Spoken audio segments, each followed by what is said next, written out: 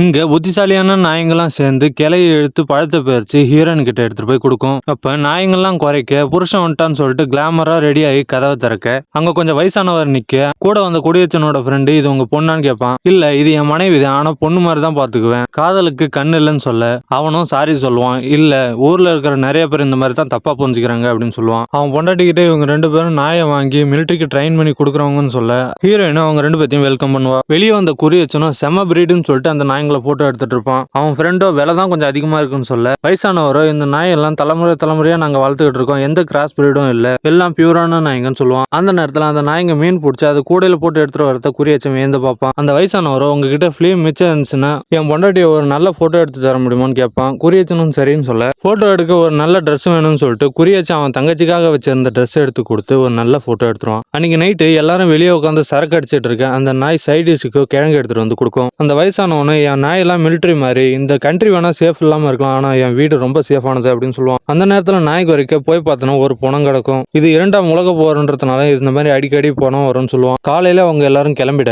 அடுத்த நாள் அவ புருஷன் இறந்துட்டான்னு சொல்ல வந்த குறியச்சனையும் அவன் ஃப்ரெண்டையும் அந்த நாய்ங்க உள்ளார வராம குறைச்சிக்கிட்டே இருக்கும். ஹீரோயின் நாய்ங்களை தடுக்கலான்னு போனோம்னா அந்த நாய்ங்க ஹீரோயினே கடிச்சு ஸ்மார்ட்டா உள்ளார தள்ளி விட்டுரும். அப்பதான் தெரிய வரும் அவன் யாரும் உள்ளார வர்றதுக்கு மட்டும் இல்ல, இந்த பொண்ணு வெளியே போகாத இருக்கிறதுக்கும் அந்த நாய்க்கு ட்ரைனிங் கொடுத்துருக்கான்னு. வெயிட் பண்ணி கடுப்பான அவன் ஃப்ரெண்டும் குறியச்சனை விட்டுட்டு இன்னொரு போட்டை எடுத்துட்டு கிளம்பிடுவான். குறியச்சனும் பல நாள் அந்த பொண்ணுக்காக வெளியே காத்திருக்க குறிப்பிட்ட கட்டத்துக்கு மேல பொறுமை எழுந்து அந்த நாயங்களே சுட்டு கொன்றுவான். உள்ள வந்து ஹீரோயின் அடிப்பட்ட காலுக்கு மருந்து போட்டுட்டு தனக்கு பிடிச்ச நாயங்களே கொண்டுட்டோன்னு சொல்லிட்டு அந்த துப்பாக்கியும் தூக்கி போட்டுருவான். அந்த நேரத்துல ரெண்டு பேர் போட்ல வந்து ஹீரோவை பார்த்துட்டு திரும்பி போவ குறியச்சனும் இந்த பொண்ணு தனியா இங்க இருந்துச்சுன்னா சேஃப் இல்லைன்னு கல்யாணம் பண்ணியா கூப்பிட்டு போயிடுவான்.